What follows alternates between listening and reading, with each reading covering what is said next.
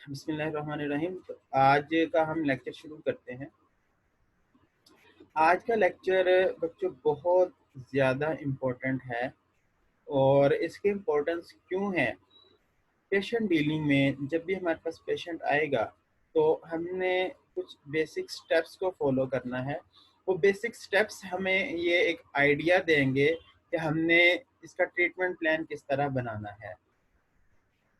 उन basic steps में जब हमने लास्ट टाइम एवेलुएशन की बात की थी, ओएमटी इवेलुएशन हम करते हैं, तो उस इवेलुएशन के कुछ बहुत बेसिक्स हमने कॉन्सेप्ट्स क्लियर किए थे। अब हमने इन स्टेप्स को वन बाय वन लेके चलना है। उन स्टेप्स में सबसे पहला हमारा एग्जामिनेशन आएगा। पेशेंट जैसे ही आपके क्लिनिकल सेटअप में एंटर हुआ तो हमारा एग्जामिनेशन वहाँ से शुरू हो जाता है। पेशेंट के पैटर्न से, उसकी गेट से, उसकी सिटिंग से, उसके पोस्चर से हमें एक ओवरव्यू मिल जाता है कि इसको प्रॉब्लम क्या है। उसके बाद हम इस एग्जामिनेशन को डिवाइड करेंगे कि हमने स्क्रीनिंग एग्जामिनेशन किस तरह करनी है और डिटेल्ड एग्जामिनेशन कैसे होगी।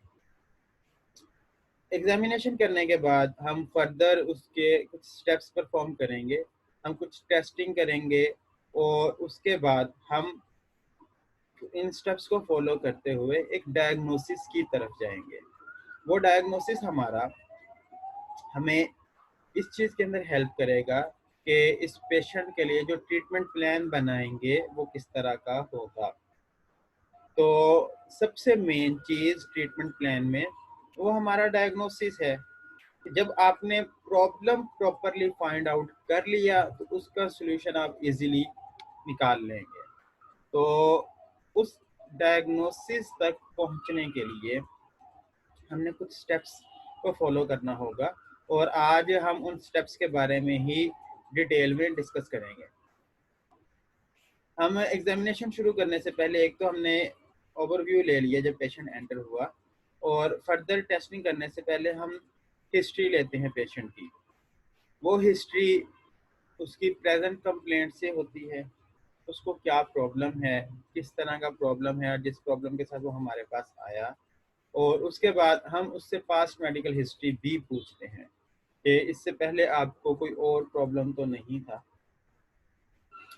फिर पास्ट मेडिकल हिस्ट्री के साथ साथ हमने उसके मेडिसिन के बारे में पूछना होता है, कोई ड्रग्स तो नहीं ले रहा। फिर फैमिली हिस्ट्री होती है, ऑक्यूपेशनल उसका क्या है, वो हिस्ट्री सारी पूछेंगे।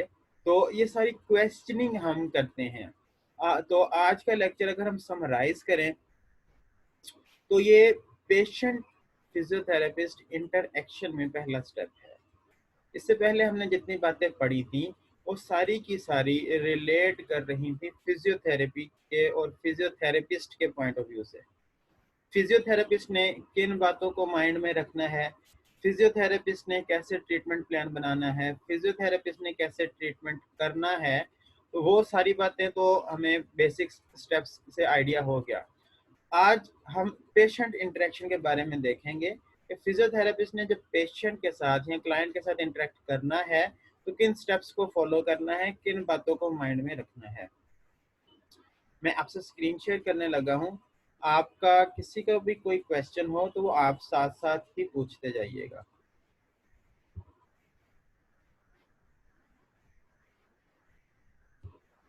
जी तो स्टूडेंट्स, आपके साथ मैंने स्क्रीन शेयर कर ली है। हमारा आज का आपको होप सो स्क्रीन नज़र आ रही होगी। मैं चैट बॉक्स भी ओपन कर लेता हूँ। आपको कुछ क्वेश्चन हो तो आप बोल के भी पूछ सकते हैं, आप टेक्स्ट भी कर सकते हैं। तो आज हमने बात करनी है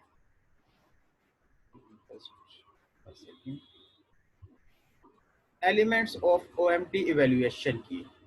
कौन से एलिमेंट्स हैं जिसकी बेस पे हम इवेलुएट करते हैं और अपना ट्रीटमेंट प्लान बनाते हैं।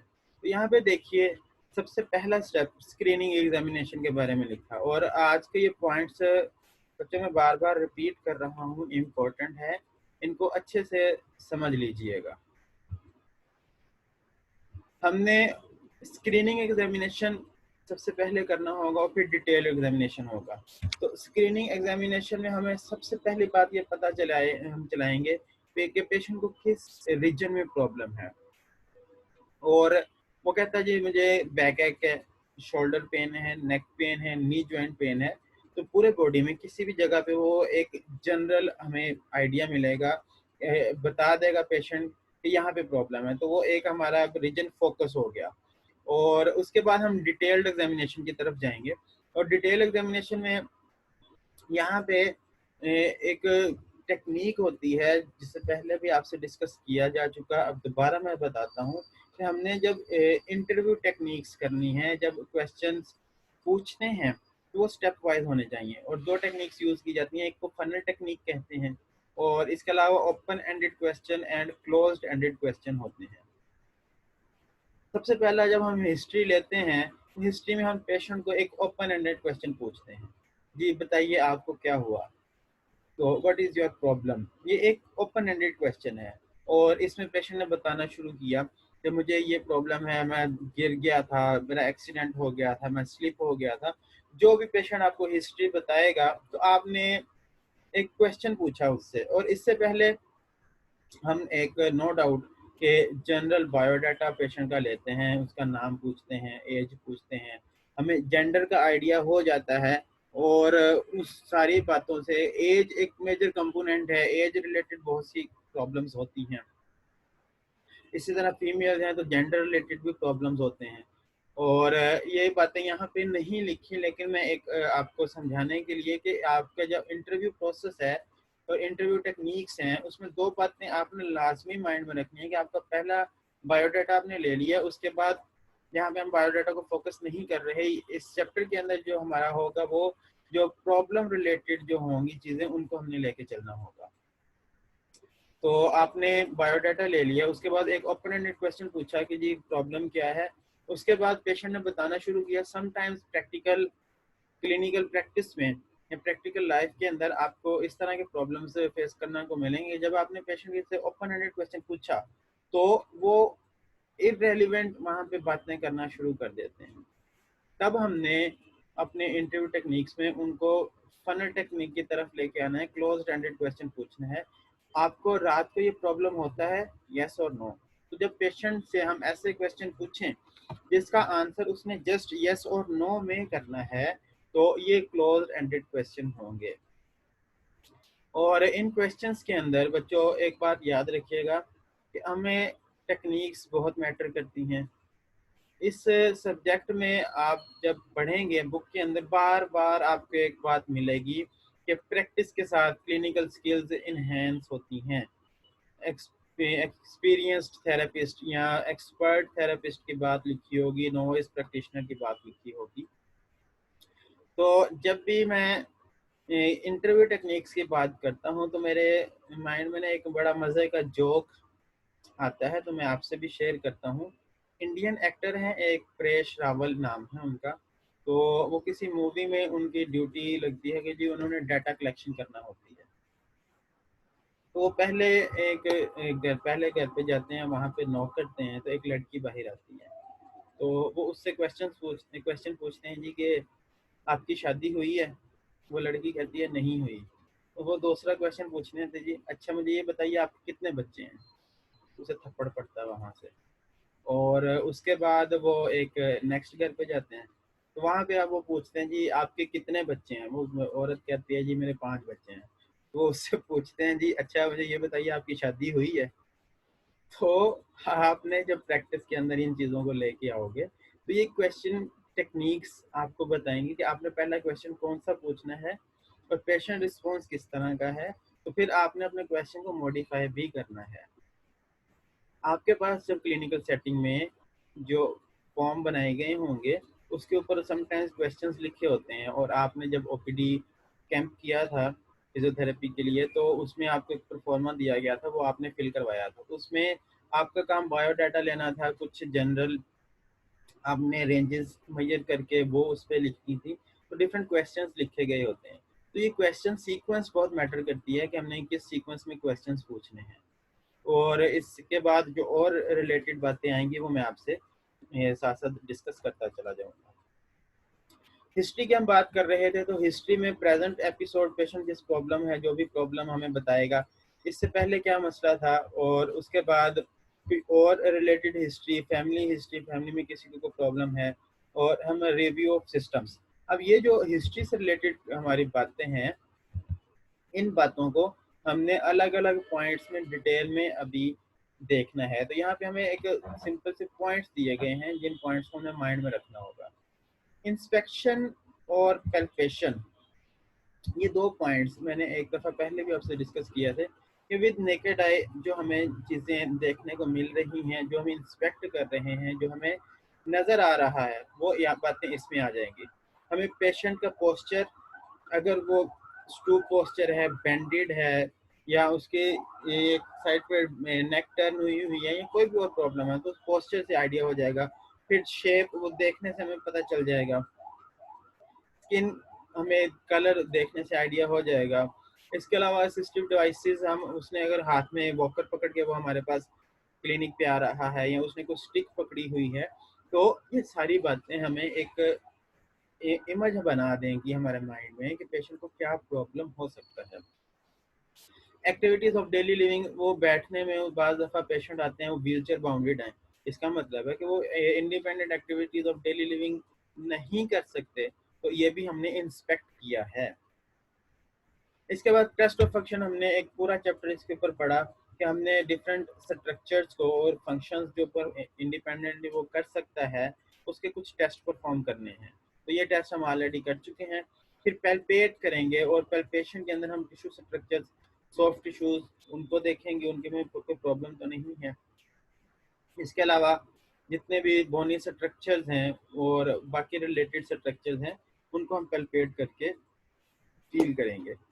और जब हम ये हिस्ट्री ले ली, इंस्पेक्शन और पैल्पेशन कर ली, नेक्स्ट हमारा स्टेप होगा वो न्यूरोलॉजिकल एंड वास्कुलर एग्जामिनेशन होगा।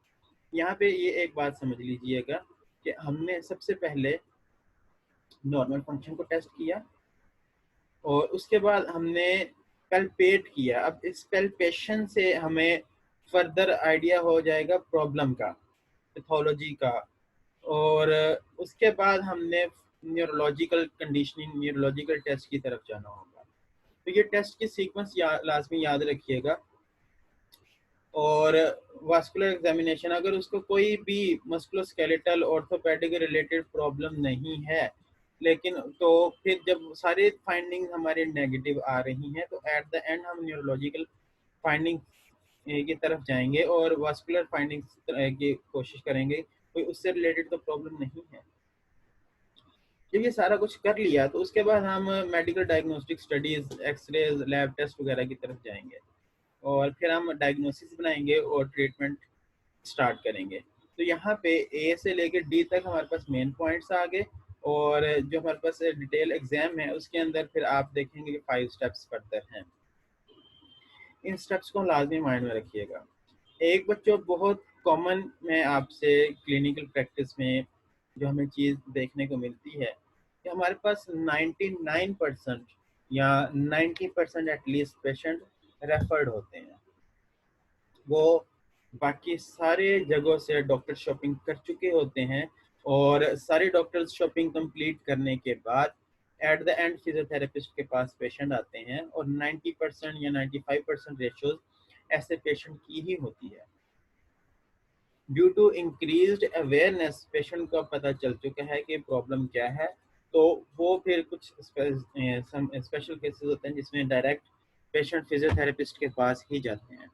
तो अगर पेशेंट डॉक्टर शॉपिंग करके आया हो, उसने अपने साथ में ग्रोसरी की तरह अपनी सारी इन्वेस्टिगेशन उठाई होती हैं, और हमें यहाँ पे हमारे हुसैन मेमोरियल में भी जो चीज़ ऑब्जर्व करने को मिलती है, पेशेंट जैसे ही आपके पास आता है, वो सबसे पहले अपनी इन्वेस्टिगेशन आपके सामने रखता है और कहता है डॉक्टर साहब देखो मेरा ए मसला है, और आप कहते हैं अच्छा आप मुझे बताइए, नहीं तुसी एक्सरे तो देखो पहले, मैं एमआरआई भी करवा के आया हुआ, मैं एमआरआई भी करवा के आई हूँ, जो भी वो कहेगा, तो पहले ये देखें फिर आप मुझसे पूछिएगा।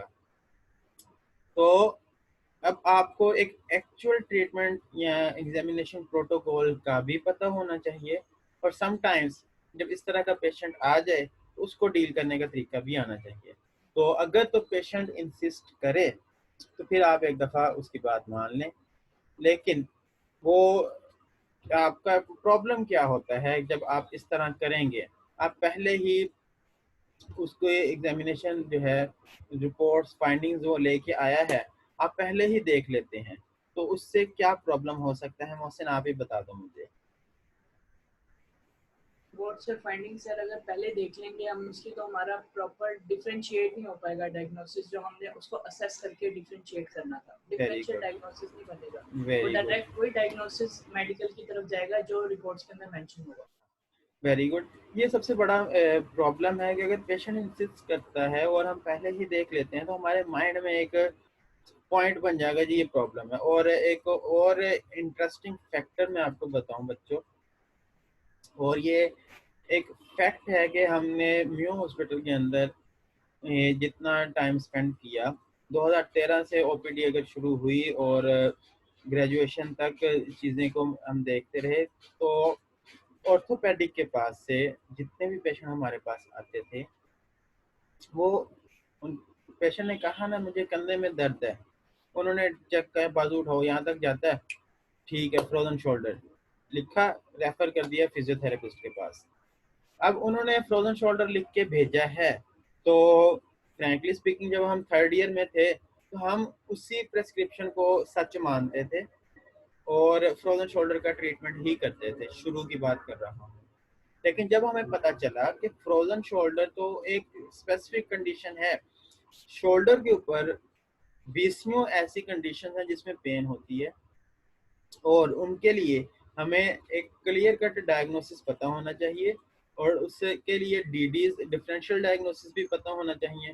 फिर स्पेशल टेस्ट हमने सीखे, फिर वो परफॉर्म किए, तो उसके बाद पता चला कि हर शोल्डर पेन फ्रोजन शोल्डर नहीं होती।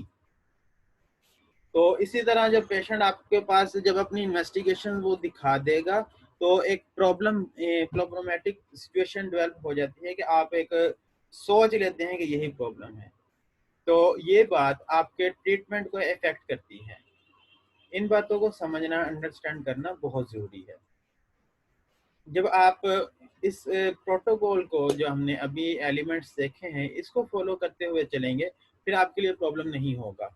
अब हमने ये जितनी बातें पढ़ी हैं, हमारा चैप्टर के एंड तक हम इन्हीं बातों को डिटेल में देखेंगे, तो मेरे साथ साथ आप देखते जाइए, कहीं पे कोई प्रॉब्लम हो तो पूछ लीजिएगा।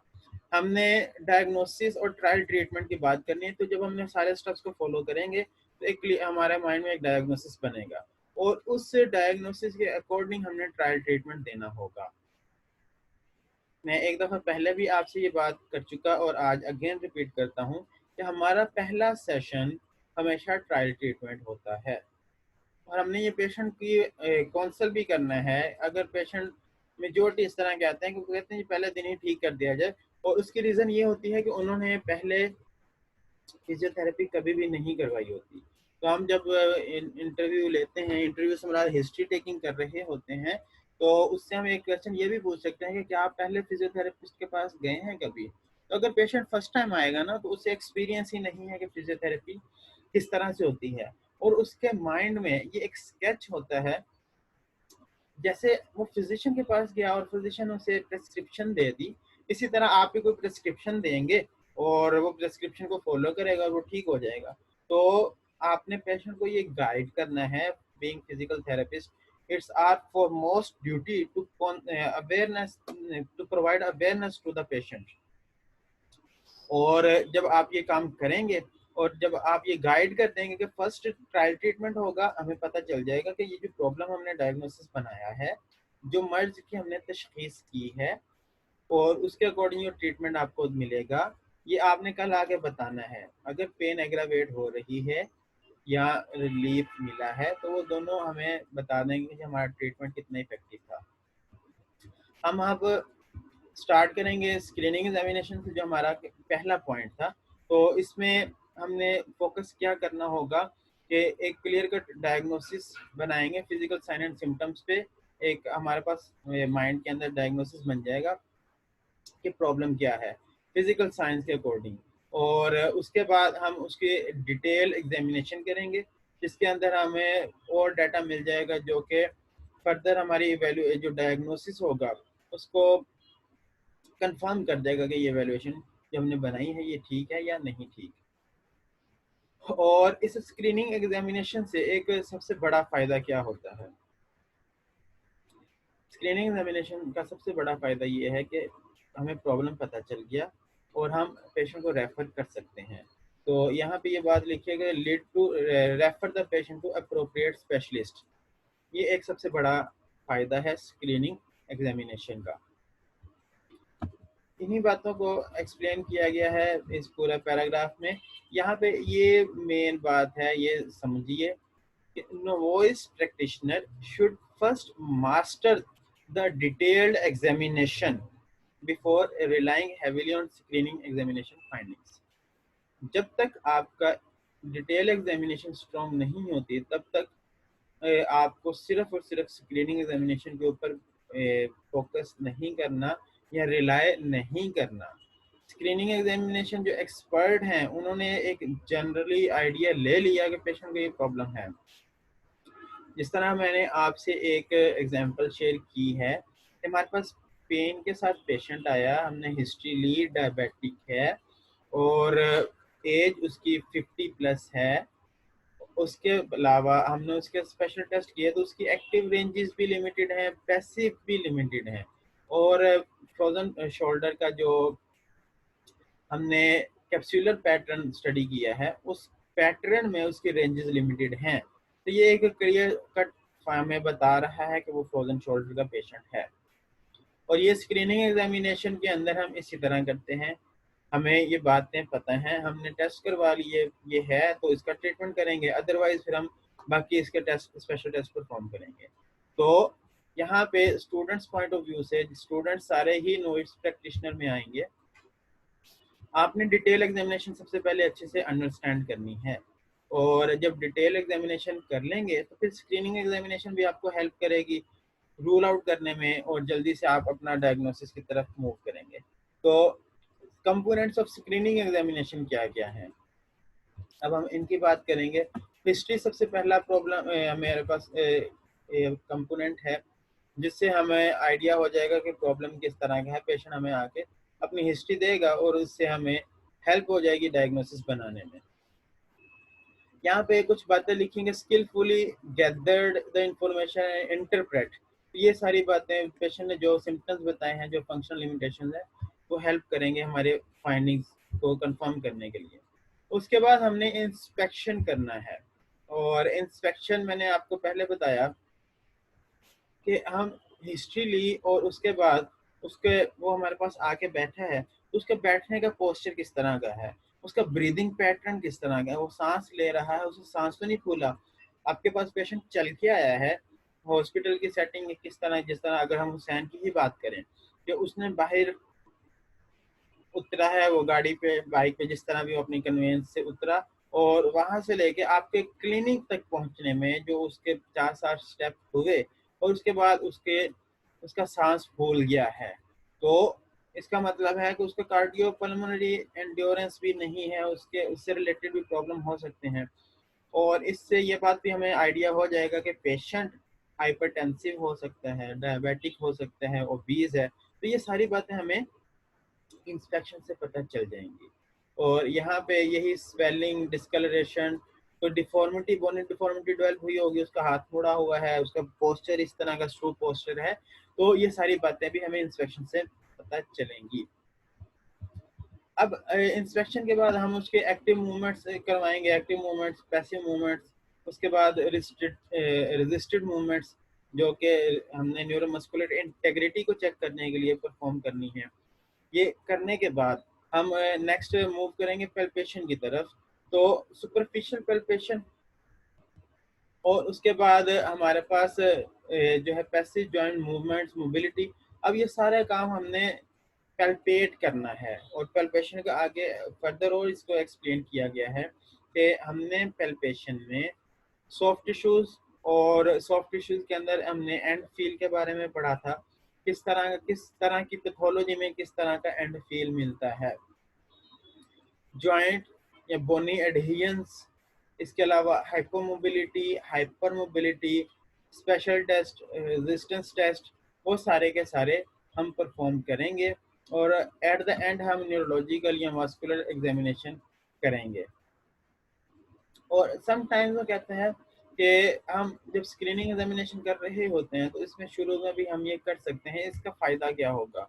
अगर तो पेशेंट को कोई न्यूरोलॉजिकल इन्वॉल्वमेंट है तो हम फिर उसको कंप्लीटली रूल आउट करेंगे, और नहीं होगी तो हम ओएमटी की तरफ जाएंगे। अगर न्यूरोलॉजिकल इन्वॉल्वमेंट भी है तो फिर हमने उसको according to neurology pattern patient को डील करना होगा। डिटेल ये स्क्रीनिंग एग्जामिनेशन के अंदर भी neurological and vascular point exam का पॉइंट हमने देखा, ये डिटेल एग्जामिनेशन में भी आएगा। अब डिटेल एग्जामिनेशन में देखिएगा, हिस्ट्री से स्टार्ट करेंगे, inspection, test of function, palpation और न्यूरोलॉजिकल वास्कुलर एग्जामिनेशन, दोनों जगहों पे कुछ पॉइंट सेम है, लेकिन डिटेल में जब हम करेंगे तो ये और लेंथी प्रोसीजर होगा। वो किस तरह होगा हम अभी देखते हैं। हिस्ट्री में आपने पेशेंट से पूछा जी, वो कहता है बैक पेन है, प्रेजेंट एपिसोड कितना है, एक हफ्ते से दर्द है, 2 दिनों से दर्द है, 5 दिनों से दर्द है, तो ये प्रेजेंट एपिसोड में आएगा। पास्ट मेडिकल हिस्ट्री में पूछेंगे कि और इससे पहले भी कभी मसला हुआ कि मैं 2 साल पहले गिर गया था, 2 साल में पहले मेरा एक्सीडेंट हुआ था, तो ये पास्ट मेडिकल हिस्ट्री में कुछ इस तरह की पेशेंट बात बताएगा। पर्सनल हिस्ट्री, कोई और प्रॉब्लम तो नहीं है, डायबिटिक, हाइपरटेंसिव, ये पास्ट मेडिकल के अंदर भी आएंगी। और पर्सनल हिस्ट्री में कोई और रिलेटेड बात जो उस पेन से रिलेट कर रही है या स्पेसिफिक कंडीशन से रिलेट कर रही है, वो हम इसमें पूछेंगे। फैमिली हिस्ट्री बहुत इंपॉर्टेंट है। आपके अब नी जॉइंट के साथ पेन के साथ पेशेंट आ रहा है और आप उससे इनके ओएमटी स्पेसिफिक पूछेंगे तो ये बात होगी। अदरवाइज स्ट्रोक का पेशेंट है तो उससे फैमिली हिस्ट्री के आपको पहले भी किसी को तो पेशेंट बता देते हैं कि जी मेरे वालदैन, मेरी अम्मा को भी, फादर को भी, किसी को, वो कहते हैं स्टोफाला जो हुआ था, तो वो फैमिली हिस्ट्री के अंदर बात आएंगी। और रिव्यू ऑफ सिस्टम्स, हमारे बॉडी के जितने सिस्टम्स हमें इनका रिव्यू करना होगा। प्रेजेंट एपिसोड में पेशेंट को प्रॉब्लम कब से है और वो किस जगह पे है, लोकेशन हम पूछेंगे कि कहाँ पे दर्द है, कितनी देर से दर्द है, और उसका करैक्टर पूछेंगे कि वो कहते हैं समटाइम्स पेन बता रहे होते हैं कि शार्प शूटिंग पेन है, चूंटियां चलती हैं, डल एक है, टिंगलिंग सेंसेशन है, तो वो करैक्टर जिस तरह का भी बताएगा। ये एक लेक्चर में आपका लूंगा पेन करैक्टर के ऊपर। पेशेंट बताता है कि पेन किस तरह की है, उसके करैक्टर से हमें आइडिया हो जाता है कि प्रॉब्लम क्या है। इन्फ्लुएंस के वो रेस्ट के साथ रिलैक्स करता है या बढ़ जाती है, और किस कौन से ऐसे साइन एंड सिम्टम्स हैं जिसकी वजह से पेन बढ़ रही है। इरिटेबल, कौन सा काम करने से, वो कहता है जी मैं ऑफिस में जाता हूँ, 2 घंटे बैठता हूँ, काम करता हूँ, उसके बाद मेरी दर्द बढ़ जाती है, तो ये रिलेट कर रहा है, प्रोवोक हो रही हैं उसके सिम्टम्स, और डिग्री ऑफ उसकी वजह से सिवियरिटी कितनी है। तो ये सारे के सारे हम उसकी चीफ कंप्लेंट से रिलेटेड बातें पूछ रहे हैं। और उसके बाद हम उसके पूछेंगे कि कब से दर्द है, कैसे शुरू हुई थी, वो जो बात मैंने आपको पहले बताई, गिरा था, चोट लगी थी, अचानक ही शुरू हो गई थी, सुबह सो के उठा, दर्द हो रही थी, पता नहीं चला क्या हुआ। और